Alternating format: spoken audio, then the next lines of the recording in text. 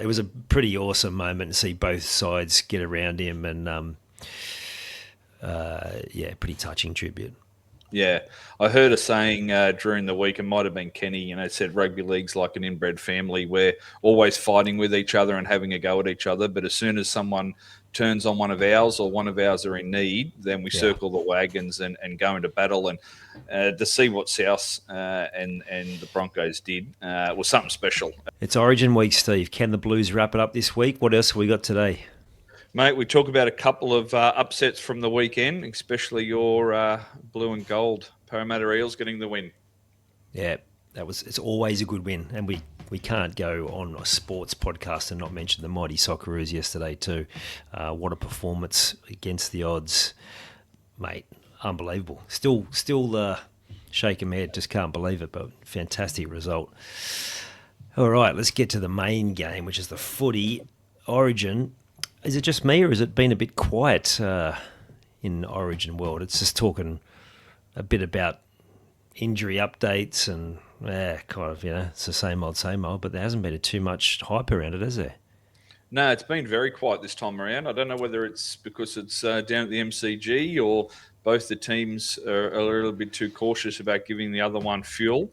Like we've seen at the World Cup with a few countries, but it's been a very quiet build-up, mate. And we're only, as we record, 48 hours away from kickoff. So I was surprised by that. Truth be told, I thought there'd be a little bit in it, especially with a couple of changes that they've made.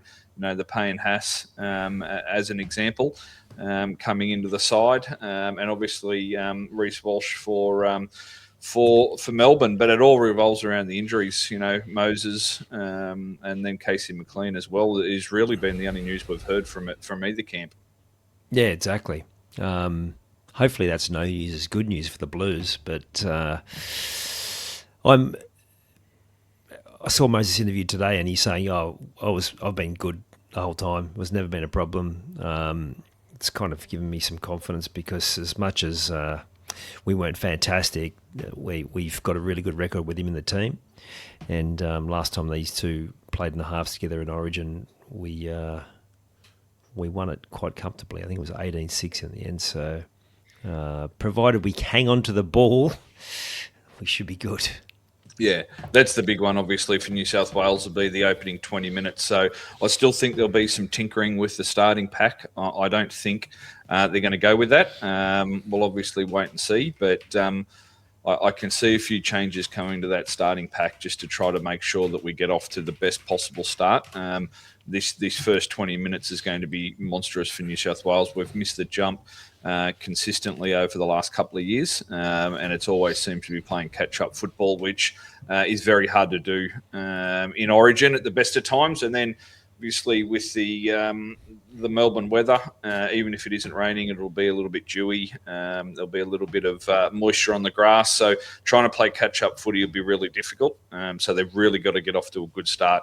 I can't see it being worse than game one for New South Wales. Those errors, while Queensland did a sensational job putting pressure on New South Wales to cause the errors, those areas just really uncharacteristic. So looking forward to seeing that New South Wales can turn around in that first 20-25 minutes and see what damage they can do for a change. Yeah, absolutely. We've got a really good record down there. Actually, I can't remember the last time that Queensland won in Melbourne. I'm pretty sure it might have been when I was there at when it was at the Telstra Dome. It's probably going back 10 years maybe, but I might have that wrong. But I know you do have a good record down there. It's quite similar to conditions to Sydney. Like you said, dewy, bit skiddy.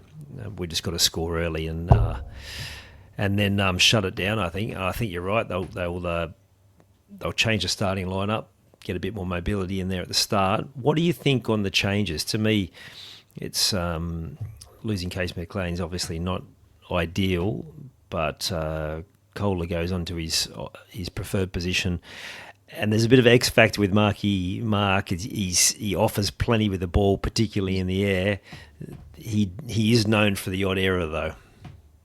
Yeah, he is. There's no question about that. But he's a big body. He's really works hard out of his own half. So that'll be a big plus for them, especially early. He's very quick, obviously, with the ball. So they'll be looking at him do a lot of work. I probably like that side a little bit better. We mentioned Crichton had clearly been playing for an injury for some time now and wasn't at his best. So I probably like the look of Marky Mark on the wing and Kohler in the centres. That left side for me is going to be where it's at for New South Wales. Both wingers and both second rowers are traditionally right side players. So regardless of who they do move out there, whether it's Hudson Young or Dylan Lucas in the back row, and then Tuo and Marky Mark, whoever they do go out there isn't traditionally on that left, and then we put that in with Mitchell Moses defending on that left side as well, who is definitely under an injury cloud, and they'll certainly be targeting him. So. For me, they're the two big ones. A quick start for New South Wales, and then how they defend on that left edge will be a big one. Especially Robert Toya coming at them. He was very strong in that first game, so they'll be testing that side of the field straight away. Queensland for mine. Yeah, absolutely. What about Queensland, mate? Business as usual. They've got Reece Walsh there on the bench, who adds your extra dimension. But you heard any talk up there about possible changes? No, word is with Walsh is that he will come on and play. He's not there as a fill-in. He's not there in case Ponga gets injured or there's anything that occurs like last game. They've got a specific plan for him. I'd love to know what it is pre-kickoff, like I'm sure a lot of New South Welshmen would. But yeah, they've got a plan to use him. If they don't, it'll be one of the better smoke and mirror shows I've ever seen. Yeah. So that'll be interesting. Obviously, through the middle, we saw the damage New South Wales' quicker, lighter middle forwards had. So you can only imagine Walsh and Ponga really pushing through the middle, playing together in tandem could cause all sorts of havoc. I don't see too many changes with the Queensland pack because I think they made the changes that they need to. I think bringing Cotter from an edge and pushing him back into the middle at 13, I think is a good play. And then that allows Plath just to be a little bit fresher, takes the sting out of the game for that first 20. And then hopefully Queensland will be hoping that he can match Radley and Murray, with the understanding that they don't start at the moment, which could quite possibly happen with Murray. So I actually like both sides better than I did in game one and can see improvements in both sides. So interesting to see how this plays out. Yeah, it is. It's interesting what you said about Walsh. In attack, that sounds fantastic, but it'd be interesting to see where they'd have him defending, because it would, to me, it'd be crazy to put him defending at fullback and change the whole makeup of the side defensively, and then have to put Ponga in the line. But if Walsh is going to defend in the line, there's no denying his toughness, but he has been found wanting fitness-wise at times when on the defensive end. Yep. Trying to get from side to side, you would think that they'd be throwing big bodies at him through the middle. That could be interesting in itself. Yeah, it will. Ponga defended in the middle in one of his very early Origin games and did quite well. But to your point, whoever or however they pull that off in defence, there's certainly going to be a target for them. I can't see them changing the edges. I can't see them having, Ponga defending next to a half or a 5'8". So I can see that Ponga's probably going to have to defend in the middle. But to your point, he won't want to be tackling Payne Haas and Fanua Blake all night long, because then that defeats the purpose and it takes a lot of sting out of the out of his attack. So yeah, look, a lot to play out, and it's an exciting cat and mouse game at the moment. Still a little bit concerned about New South Wales not having a genuine edge forward on the bench. There's been a lot made of Ola Kawatu being, basically dropped and moved to the number 20. Their plan will be Murray or Radley to go to an edge if need be. But I get worried about that. They had such a huge impact, and then even the word that Ethan Strange will get on and they'll play him at 6 or 13. Well, unless there's an injury with Moses, I don't see the point of bringing him on at 6. So there's still a lot of confusion there for me. That is my big worry with New South Wales. Do they play Strange on the edge if they need to give someone a rest or if there's an injury?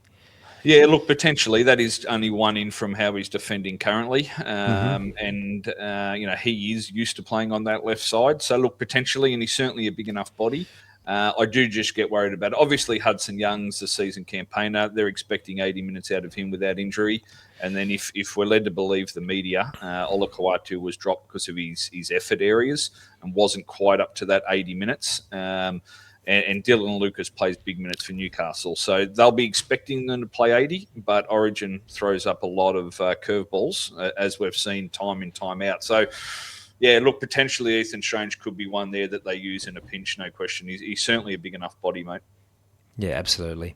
All right, let's get to the round of NRL that we saw. What a moment on Thursday night. The Jai Arrow tribute. Apart from the poor bloke, the minute they pan to the tunnel and he's emotional and he's got half of his nose running down there.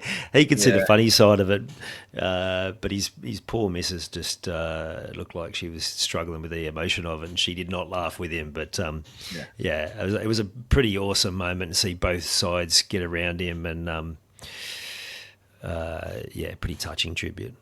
Yeah, I heard a saying during the week, it might have been Kenny, said rugby league's like an inbred family. We're always fighting with each other and having a go at each other. But as soon as someone turns on one of ours or one of ours are in need, then we circle the wagons and go into battle. And to see what South and the Broncos did was something special. It certainly was. The jersey that South, we spoke about that last week, the jersey they put out, the pre-game ceremony, for use of a better word, was just special. The whole night was something to remember. The crowd and the players, the players certainly turned it on. South especially.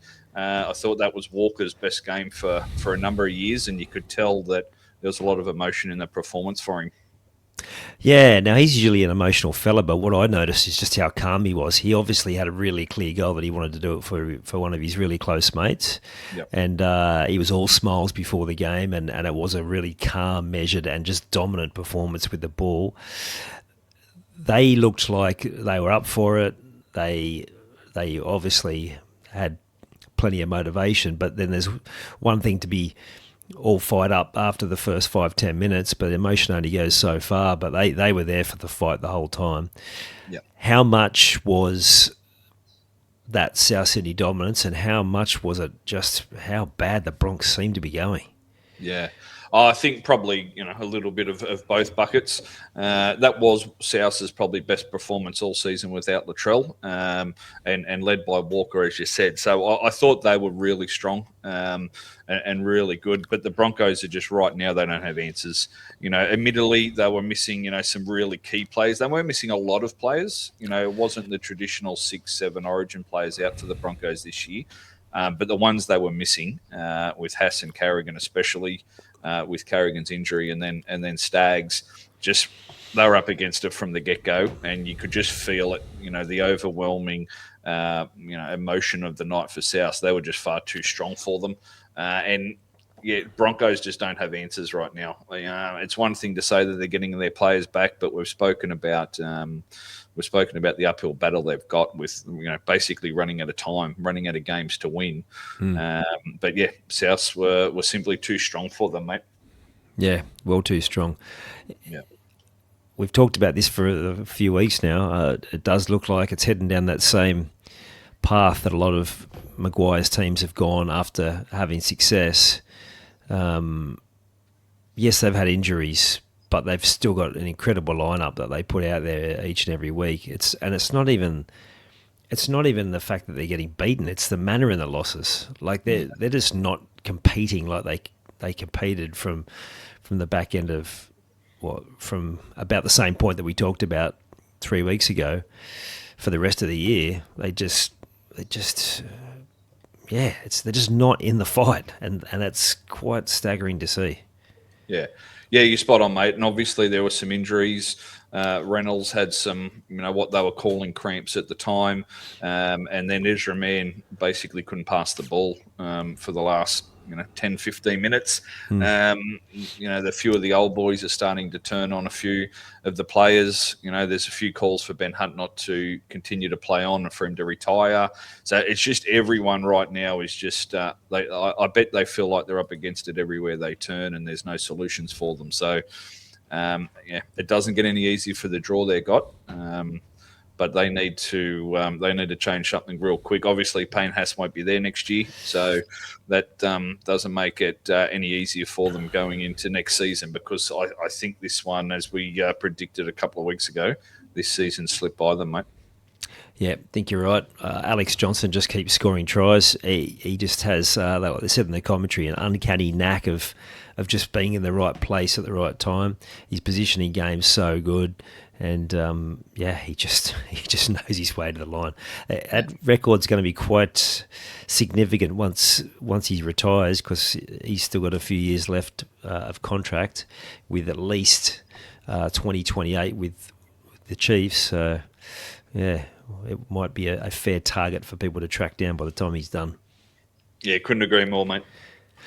All right, the Dolphins. Now, we've been pretty big on the Dolphins all year. They are on a 6-game or 7-game streak now? I was reading today that the 2 losses previous to that were really close-fought games against the Panthers and the Warriors, and they were down on troops then, and yet were in the contest for both of those games. They are suddenly looking like a genuine premiership threat that everyone expected that most people expected them to be. But it's just the class that they show. They have the ability to dominate in so many different ways. They've got so many threats. Yeah, they have been, mate. With 6 Origin players out, we looked through that team list last episode and were still super impressed with who they had available. And those 6 Origin players are just going to continue to grow with the experience they get being in camp. They were super impressive. We if there was a knock on the Dolphins last year, it was their defence. They're now got the 4th best defence in the competition for points scored against them, and their points for they're the 2nd in the comp, only behind the Panthers. So they're doing well both sides of the ball now. So that improvement from last year was huge, and they're starting to get word out from other teams that when you play against the Dolphins, that they're super fit. And they're very, very hard to contain. So, look, they're going to be thereabouts at the end. I think, as predicted, obviously Penrith is certainly going to finish in the top 2. If we think the Warriors are, it's going to be hard going for the Dolphins. They're going to have to go to New Zealand or come down to Sydney and play one of the big guns in the semis. But if they can grab 3rd or 4th spot with the team they've got, I don't think anything's out of the question. They're going to continue to gain experience, and that Katoa, even just being in camp for Origin 2, is going to certainly help him for a few days as well, as a bit of a shadow there. So they've got sky's the limit for the Dolphins. Yeah, 100%.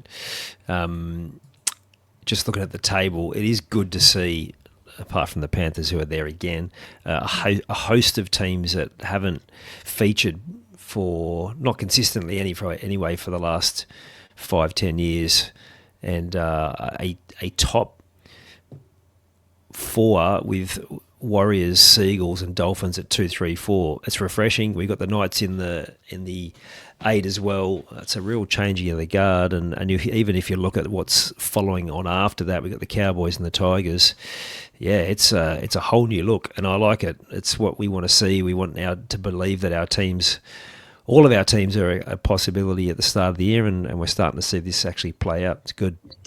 Yeah, well, if you think going into the second Origin game that last year's top 4, Storm, Bulldogs, Raiders, Broncos, are running 11th to 14th, you would have lost all the money you had because no one would have backed that. So to your point, it's really good to see. Obviously, Penrith and Warriors have been thereabouts, and as have the Sharks and the Roosters at different times. But it will be a number of different sides in the top 4 and the top 8 this year. So, and that'll be the big talking point coming out of Origin. A lot of the buys will have been had. We'll get a bit fairer idea of where everyone sits, in another 2 or 3 weeks' time. Yeah, absolutely. Now, a team that we keep saying every week which version of them will turn up. The Sharkies, good performance. Was it Adam Pompey that kicked that goal on the final hooter? Not only did it cost me a perfect round of the tipping, but it also cost me the knockout, so I go out first round again. Oh, happy days! But but again, the Warriors were right in the fight with plenty missing. And the interesting thing that I heard talked about today is that the Sharks actually look quite good without Nico Hines, with Puru there, who's on a small fraction of the contract that Nico's on. Interesting times if they think that that's the direction they're going to head. Yeah, it is. The win rate without Nico is extremely high for the Sharks, and there's always been the talk that Trindle and Nico can't be in the same side as each other. It needs to be one or the other. So that'll be a decision the Sharks have to make. But going over to Auckland and grabbing the 2 points, even without a couple of the middle forwards Warriors were missing, is a huge effort from Cronulla. They were down Fanua, Blake, Brayley, Nico themselves, and for them to do that was huge. Obviously, the controversy around the penalty on the dropout, you don't see Webster have a bad word about anyone, so you knew it was serious when he had a dip. That's just unacceptable, and once again a show of unprofessionalism by the referees. Look, a professional NRL side will say that they should have got the win regardless of that, but they shouldn't have to deal with it. That wasn't acceptable, and it needs to never occur again. Look, hopefully both sides take a bit out of it. This was an old school game. The defence was really impressive. So I wouldn't, lose too much out of it from the Warriors. It'll hurt them. I can't see them catching the Panthers. Not that there's much difference between 1 and 2 on the ladder, but I can't see them catching the Panthers now. So outside of that, though, I can't see much negative coming from this loss. I think they'll take a lot out of it. They were missing, a few of their forwards, which certainly didn't help. But quite a good performance from the Sharks, and they certainly earned the 2 points, and that's a big one for them. That pushes them up to 5. 8 wins, 5 losses. That's starting to get into that edge of that top 4 territory where they can start to cause a few dramas at the back end. Yeah, absolutely. And the table's so tight that if you string a few wins together, that's what's possible. And we've talked about their consistency all year. They're going on a bit of a run now. Tricky Trindle, he certainly stepped up. That was a cracking field goal when we've seen other teams not get organised and get their shit together. When they need that 1 point, he just ran them to exactly where he wanted them, and then he just calmly popped the field goal over. He did give away a penalty straight after that, nearly cost them the game. But he's certainly improving every week and starting to find some of that consistency that was a bit of a knock on him the last few years. So they're tracking all right, the Sharkies. So as always, we're out there for the Para game. Now, talking about refereeing decisions, for the life of me, I can't understand the Kelma Tuolungi try being given. Like everyone at the ground when we saw the replay, we've all, hands to head going, there's no way that's a try. And just absolute disbelief when they give it. Now, to me, that's one of those ones that you think, I always look at it this way. For 100 years, that wasn't a try. But now we're finding ways to give things that just don't look like a try. I haven't gone back and watched the replay and slowed it down, but it just didn't look good from my perspective. I don't know what you saw. No, I'm with you, mate. It was exactly the same. Obviously, I didn't have as much skin in the game as you did, and I'm sure while you would have been confused, would have been very happy when you got the green try sign.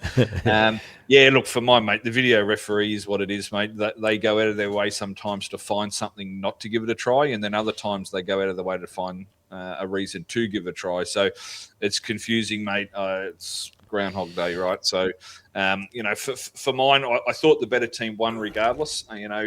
Canberra's another team that we've spoken about, a few others. They just haven't put it together this year. It's as simple as that. You talk about the Bulldogs and the Broncos as examples. Well, the Raiders are right there next to them. They just haven't been able to string those consistent performances together. Sure, they were missing Hudson Young. They were missing Strange. And Strange is a big one for him. He really straightens up their attack. We saw that when he missed the semi-finals last year. He's really important for them. That being said, they should have beaten Parramatta. With the side Parramatta put out in the park, they were missing a number of their stars as well. So Canberra should have had this and should have had the 2 points. And as I said, we'll talk more about it after Origin, but I think this puts a line through Canberra as well. I can't see a 5-9 Canberra side with the way they're playing at the moment, more importantly, getting there from here. They do have a little bit of a softer draw compared to the Broncos, no question, but they're just not playing well enough anyway, regardless of how soft their draw is. So I think the Para loss might really be a red mark through the Raiders for mine for 2026. Yeah, I'm with you, because their attack that just so dynamic just didn't show that. What was really pleasing from a Para perspective is that for the first half we had to defend our line for long periods. So we did back-to-back sets 3 times, like 3 sets in a row at one point, and managed to keep them out. So that was really pleasing. And a couple of the old timers, Jack Williams and Jack DeBellin, who again I was bagging at the start of the year, he's been really good for us. And they're starting to build something. There's a couple of young forwards coming through. It's just a shame that this is a bit too little, too late. Maybe they suffered because they didn't have the best draw at the start of the year, and so they didn't get to bank a few wins against the lower teams. But at least what we're seeing is these young guys are now going to have between 30 to 50 games by the time next season rocks round. And it's the form of Ron Volkman also. It's making even more of a mockery of the decision to sign Pezzett for 1 year. So, good signs despite the fact that we're still propping up the bottom of the ladder. But as the troops start coming back in the next few weeks, maybe we can make a bit of a climb and at least finish in a respectable position. Jerome Luai. We talked about it last week, saying since he signed with the Chiefs, they've been dreadful. They weren't fantastic. They've still got a few guys out as well, but he certainly took it personally and made sure they got the result yesterday. Yeah, sensational performance. We spoke about Walker from South earlier. Jerome was just as good. You got to be questioning, if you're a Tigers fan, where that's been the last sort of 6 weeks. To your point, we've been big on Dewey and Twal being out. I think they're very, very underrated players, and both could have well been playing for the New South Wales Blues this week if they had been fully fit. But I would have expected Jerome Luai to still be that leader that they're all expecting. That he wanted to be Batman when he went to the Tigers, and he's certainly been Robin for huge chunks of this season. But there was no mistaking what he did for the West Tigers on the weekend. He just was cool, calm, and collected. And then when the time needed it, he just put his foot down and went straight through. So his running game was really impressive, and that's what you want from him, right? You want him to be that leader. You want him to take the game by the scruff of the neck. He's a different player to Cleary, getting the team around the park. He's a runner. He's a leader. So hopefully for Tigers fans, we can continue to see some of those performances. Yeah, absolutely. And you talked about draws before. They've got plenty of teams below them on the ladder that they still have to play, and then other guys sort of towards the bottom of the 8. They obviously got some tough games in that draw as well. That's just a given. That's just the NRL. But they've got the Knights, who they'd fancy their chances, Dragons, Dogs, Raiders, Eels, Dragons again, Cowboys. There's plenty of games there that they would fancy that they should win. They're only a win from third, and 2 wins from second. So that they could well go on a charge here and go, oh, I'm not going to call it because I've been stopping freight trains lately. Like I call the Raiders, maybe they'll go on a bit of a run now, and they haven't won anything since. Yeah. So I'll spare the Tigers fans that. Certainly certainly for and against is going to come into it like it does always, and the Tigers at the moment being -70 is going to hurt them at the back end. But with some of those games, there's no question fully fit, they can rack up some points. So they'll be looking, to your point, a couple of games against the beloved Dragons. Hopefully the Dragons are continuing to improve and aren't easy beats, but they'll be looking for some big scores back into the season. So if they can get a fully fit side on the park, there's still certainly a chance to jump into that 7th or 8th spot, no question. Yeah, absolutely. That 68-0 might be what costs them in the end. But they're only -70. They with that draw, there's every chance they can climb back up there with their for and against, and those teams towards the bottom of the 8, they're not miles ahead of them. There's a couple of teams only on 30 odd. Cows on -13 themselves, so plenty to play for. I think they should go well. Did you see the story? That like real young kid pictured after his first game and the Tigers got beaten, and he's crying, and so the Tigers went, "Oh well, we need to make it up for you," and they took him to the Panthers game. Yeah, he got absolutely hammered.